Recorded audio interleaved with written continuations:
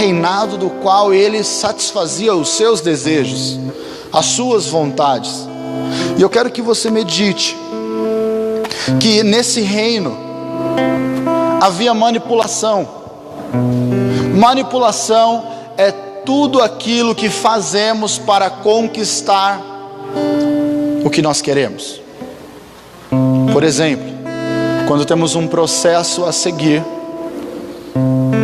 quando temos um processo dentro de uma empresa, nós precisamos seguir a risca para conquistar aquilo. Só que tem algumas pessoas que puxam tapetes de para conquistar aquilo, ou seja, pulam etapas. Todo manipulador pula etapas para o seu benefício. Se você está pulando etapas, você está manipulando a Deus. Você está manipulando a situação, não a Deus. Você está manipulando a situação para o seu benefício próprio. Sabe, nós vivemos em uma cultura da qual a manipulação para benefício próprio é muito grande. Ou eu estou errado, ou vocês não vivem no mesmo mundo que eu. Nós sabemos disso. Manipulação. Nós às vezes estamos dentro da igreja manipulando as situações para o nosso próprio benefício. Quando nós estamos vindo à igreja para conquistar coisas para nós, nós achamos que estamos manipulando a Deus, mas na verdade nós estamos nos enganando. Amém? Esse reino de Jezabel e Acabe se aproveitam das feridas das pessoas. Você já encontrou uma pessoa ferida? Uma pessoa ferida, ela está vulnerável. E uma pessoa vulnerável, quando você faz promessas, essa pessoa aceita. E ela não mede as consequências, ela simplesmente aceita. Tem pessoas feridas dentro das igrejas que estão sendo aproveitadas, mas não aproveitadas em um bom sentido, estão extorquindo essas pessoas. Eu espero que essa comunidade nunca faça isso com você. Eu espero que eu nunca faça isso com você. Porque quando nós começarmos a fazer isso com outras pessoas, é porque o que está reinando em nós é o reinado de Jezabel. Quando eu vejo uma pessoa ferida, eu não vejo uma oportunidade para ganhar alguma coisa, aí eu preciso ver uma oportunidade para consolá-la. Amém? Esse reinado, ele matava profetas do Senhor. Jezabel matou profetas.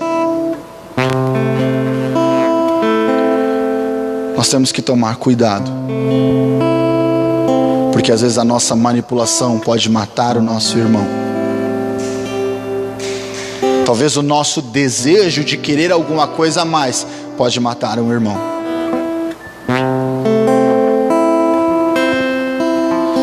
Sabe, você tem que entender no ambiente que você está vivendo. Nós estamos vivendo em um ambiente onde pessoas se aproveitam de pessoas feridas, onde pessoas manipulam situações para o seu próprio benefício. Nós vivemos nesse ambiente. Nós podemos ver o nosso estado político hoje. É cheio de manipulação para o próprio benefício. Infelizmente nós vemos igrejas manipulando pessoas para os seus próprios benefícios. Eu não quero atacar ninguém aqui, mas eu quero que nós venhamos entender o contexto, o ambiente em que nós estamos vivendo.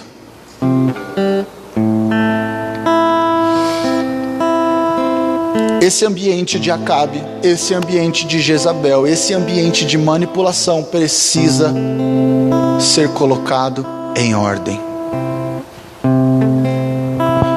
Eu juro para vocês que eu tento ler a Bíblia e não encontrar paternidade mais, mas eu não consigo. Não consigo, Pai. Quem que coloca as coisas em ordem? Os filhos. Filhos são chamados para colocar o ambiente em ordem. Nós precisamos nos atentar, porque nesses dias Deus está falando para nós colocarmos o nosso ambiente em ordem. Não existe uma manifestação sem o ambiente estar ordenado.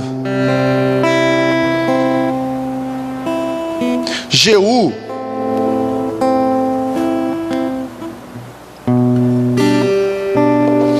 foi convocado por um jovem profeta. Falou assim: vem aqui, entra aqui em casa que eu preciso falar com você no particular. E é aqui que eu começo a pregar nessa noite.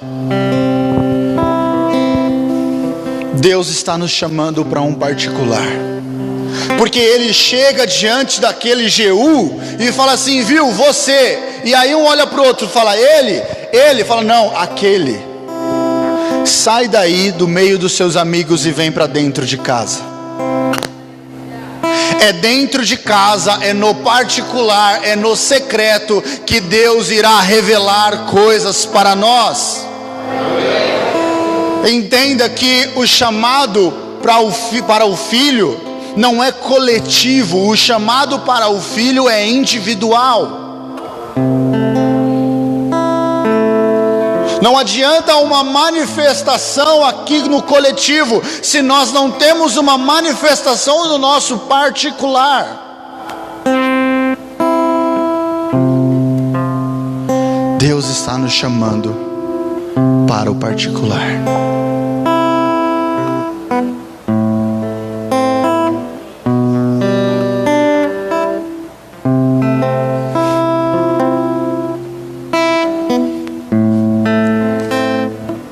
Quando eu penso no ambiente em que eu estou vivendo,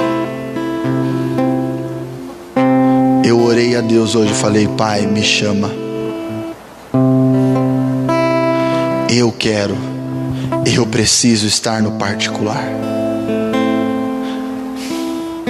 Sabe, isso não é uma pregação que vai te motivar, isso é o que está dentro de você que vai motivar algo em você. Não é uma pregação persuasiva, não é uma pregação que vai impor alguma coisa sobre você. Precisa nascer dentro de você isso. Eu lembro uma das vezes que meu pai, ele estava alcoolizado, que ele estava ameaçando de novo a nossa família. E eu entrei dentro do meu quarto e eu coloquei a cabeça debaixo da cama e eu falei: Senhor, eu quero fazer a tua obra, Pai, eu quero fazer a tua vontade.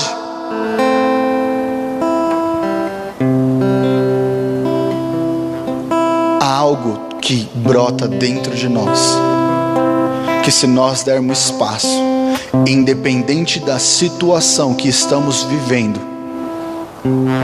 nós iremos seguir o propósito. Porque o ambiente que precisa estar ordenado não é lá fora, o ambiente que precisa estar ordenado é aqui dentro. Porque profetas se manifestam no meio do caos. Profetas se manifestam em um meio que você nem imagina. Ah, lá está tudo errado, então é lá que o profeta precisa estar. Então o que precisa estar ordenado não é o ambiente exterior a princípio, o que precisa estar ordenado inicialmente é dentro de nós.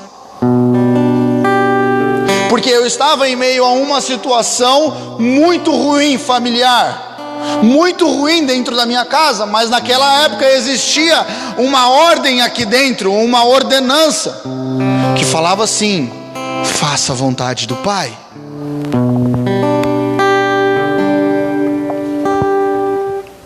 E por algum tempo, por estar ofendido, por estar magoado, por estar entristecido, essa chama se apagou.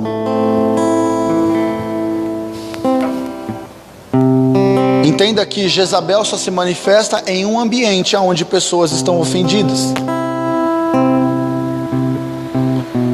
Se você está ofendido hoje, corre um grande risco de você tomar decisões que você não queria. Se você carrega mágoas dentro de você, corre o risco de você tomar decisões que você não queria. Entende?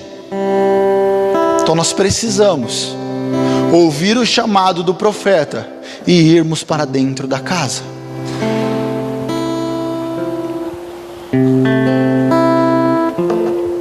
Dentro da casa, o que aconteceu com Jeú? Ele foi ungido. Outra coisa que eu aprendo: nós não somos ungidos a nada sem um propósito a seguir. Assim diz o Senhor, Deus de Israel: eu ungi rei de Israel, o povo do Senhor. Vem a unção. Destrua a família de Acabe, seu senhor. Depois da unção, olhem para mim, vem a ordem, vem o propósito, vem a instrução.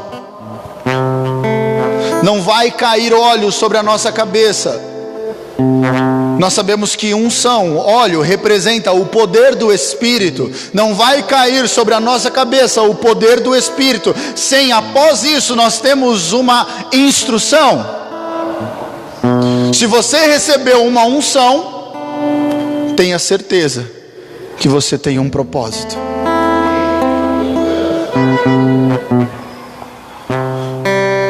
Talvez nós queremos a manifestação do Espírito nesse lugar. Talvez nós queremos a manifestação do Espírito na nossa casa, mas não vai acontecer porque nós não temos um propósito a seguir.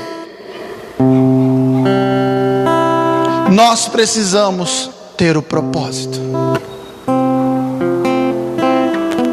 O propósito nasce no secreto. O propósito nasce dentro de casa.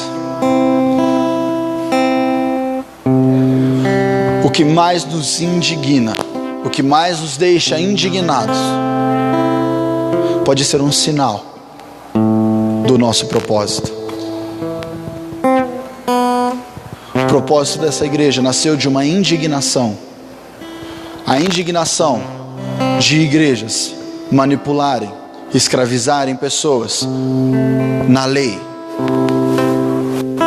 E nós, indignados com isso, não sabendo na época disso, mas movido por essa indignação, buscamos a instrução do Pai. E Ele tem aberto as portas para nós, para que possamos cuidar de pessoas feridas e não se aproveitar delas. A unção, ela vem em seguida,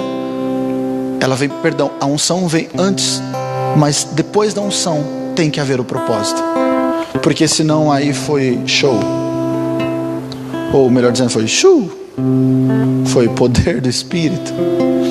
Nós tivemos um ambiente de adoração tremendo nesse lugar hoje, só que isso só vai valer alguma coisa em nós se sairmos desse ambiente de adoração com um propósito. Porque senão se torna show. Temos luzes aqui, temos microfone, só não temos fumaça ainda, mas pode ser um show. E show é muito legal, te dá várias sensações, te dá várias emoções. Só que depois essas emoções, essas sensações passam, porque adoramos sem propósito. Adoração não é simplesmente o ato de nós levantarmos a nossa mão e cantarmos uma canção. Adoração é quando a canção se torna o que nós estamos vivendo.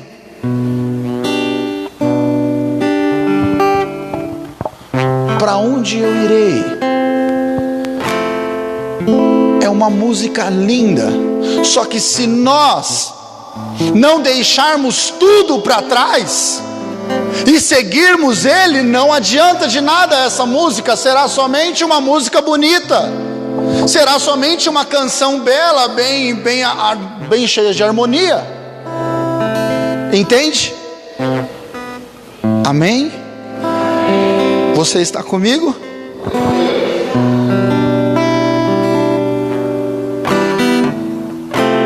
Uma coisa que eu aprendi: muito se fala, por que não acontecem milagres hoje em dia? Por que não acontecem mais aquelas coisas no tempo de Jesus? Por que não mais acontecem um paralítico andar? Por que não acontecem mais essas coisas? Porque dentro de mim brotou esse sentimento, porque os milagres seguirão os propósitos. E se não houver propósito, não tem como os milagres acontecerem. Porque foi como eu falei, vai ser espetáculo. Ai, mais uma cadeira se levantou aqui, uhul. Mas e a continuidade? Eu não sei, eu posso não ter lido muito bem a Bíblia ainda, assim, o que aconteceu com os discípulos de Jesus, mas eu não vi nenhuma vez Jesus fazendo um milagre pessoal para os seus discípulos. Você que está assistindo aí, se sabe disso, me perdoa, mas eu acho que nós não vimos. Pelo que eu li, nunca vi Jesus fazendo um milagre pessoal, particular para um dos seus discípulos. O que ele fez foi apresentar o propósito, e através dos seus discípulos aconteceram milagres.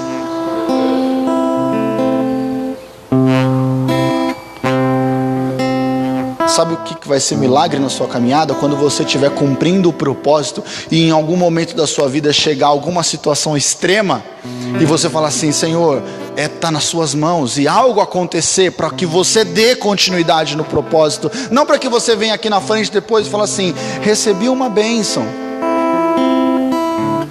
Tantas pessoas já vieram aqui na frente falar: recebi uma bênção. Mas e o propósito?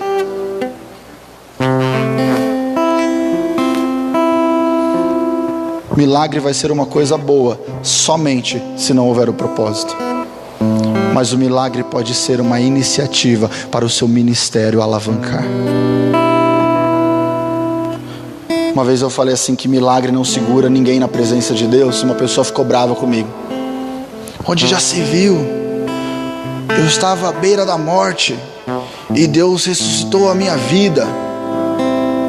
Mas eu quero dizer que milagre mesmo, eu continuo, não se mantém na presença de Deus. O que mantém é a sua gratidão pelo milagre que aconteceu na sua vida. É o relacionamento que vai manter você na presença de Deus, não é o milagre. O milagre vem, acontece e foi embora. Agora, o que você faz depois disso é propósito.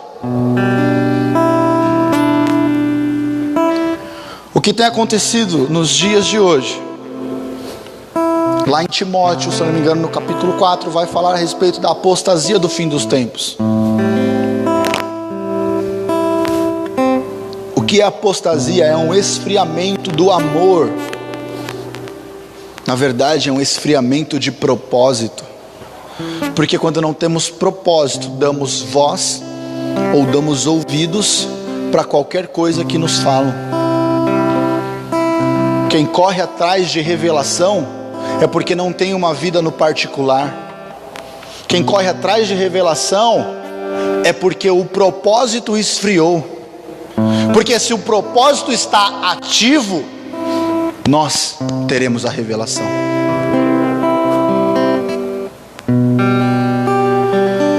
Uma coisa engraçada da história de Jeú é que para se tornar rei de Israel era necessário fazer parte da linhagem de rei. Jeú não fazia. E aí vamos voltar para a paternidade. Jeú não fazia parte da linhagem de rei, e mesmo assim Deus o ungiu como rei. Sabe o que eu vejo nisso? Os órfãos estão sendo escolhidos. Quem não é reconhecido por uma boa linhagem está sendo escolhido. Ah, mas ele era chefe do exército, ele não tem habilidade para exercer um reinado. Deus não precisa de habilidade, ele precisa de lealdade. Ele precisa de alguém que vá cumprir o propósito, custe o que custar, porque Jeú teria que ir contra o seu senhor. Jeú teria que ir contra o seu chefe. Então Deus não precisa de pessoas habilidosas, Ele precisa de um coração leal. Lealdade não tem a ver com perfeição. Não tem nada a ver com perfeição. Lealdade tem a ver com sinceridade de relacionamento.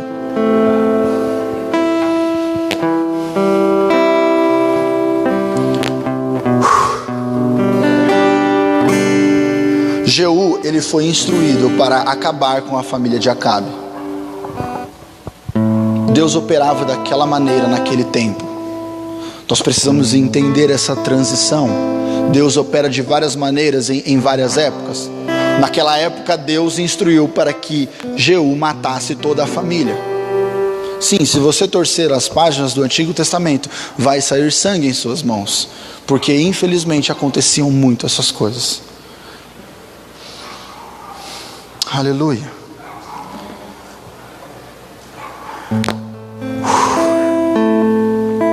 Nós fomos chamados para estabelecer a ordem. Jeú foi ir contra aquela desordem que estava acontecendo no reinado de Israel. Entenda que você às vezes vai lutar por uma causa sozinho.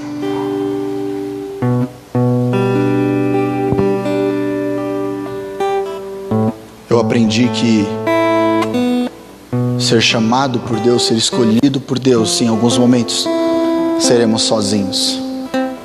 Ou melhor, talvez nos sentiremos sozinhos. Elias se sentiu sozinho, mas aí Deus falou, viu, tem ainda mais 7.000 profetas, se eu não me engano. Tem mais não sei quantos profetas lá lutando. Talvez na nossa realidade nós não vemos essas pessoas lutando, mas existem pessoas no mesmo propósito que nós. Mas em alguns momentos você vai se sentir sozinho.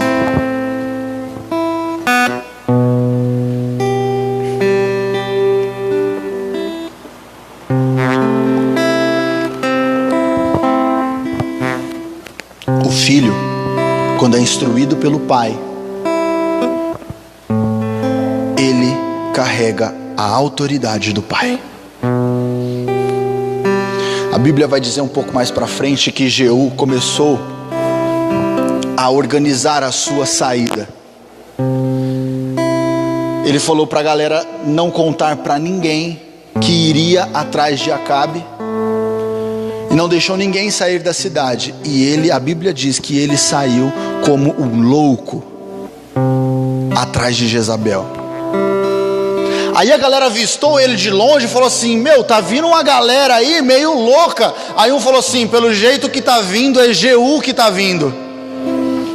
O que eu quero que você entenda é que a autoridade do Pai vai à sua frente, e as pessoas vão reconhecer quando você estiver chegando, porque o propósito está à frente, está à sua frente.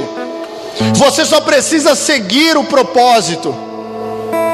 Jeú foi como um louco, e às vezes nós precisamos ser ativados e sermos como loucos para cumprir o propósito. Precisamos ser ungidos com essa unção de eu preciso cumprir esse propósito. Eu não posso mais ficar parado porque lá fora está um caos e eu preciso levar a ordem. Sabe, nós precisamos ser ativados, nós precisamos ter isso dentro de nós. Essa unção precisa descer sobre a nossa cabeça hoje. Sabe, vamos parar de aceitar, não, mas está legal assim, tá? Às vezes pode estar em paz, mas não está em ordem. Às vezes as coisas estão calmas, mas você não está olhando o obscuro, e o obscuro está sendo manipulado.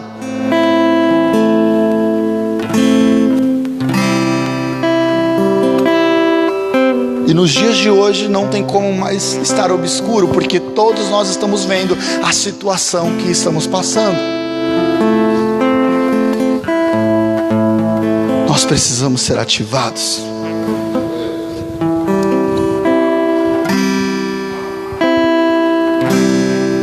O propósito é denunciar o falso. O propósito é denunciar aquilo que está denegrindo, aquilo que está manchando o povo do Senhor, porque a preocupação de Deus era o povo do Senhor. Como é que nós denunciamos o falso? Falando mal dele? Não. Nós denunciamos o falso vivendo a verdade, porque o verdadeiro denuncia o falso, sem que o verdadeiro anuncie a falsidade do outro. Se você colocar uma luz perto de um lugar escuro, ela vai iluminar o lugar escuro.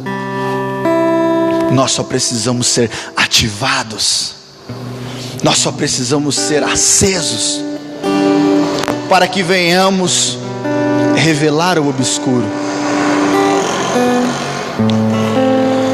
Um ambiente profético libera destinos de filhos. Nós estamos em um ambiente profético. Você vai ser liberado nessa noite. Eu quero orar por você. E eu quero que você que está nos assistindo receba essa unção, receba esta ordenança, receba este destino. Aleluia. Se coloque de pé em nome de Jesus.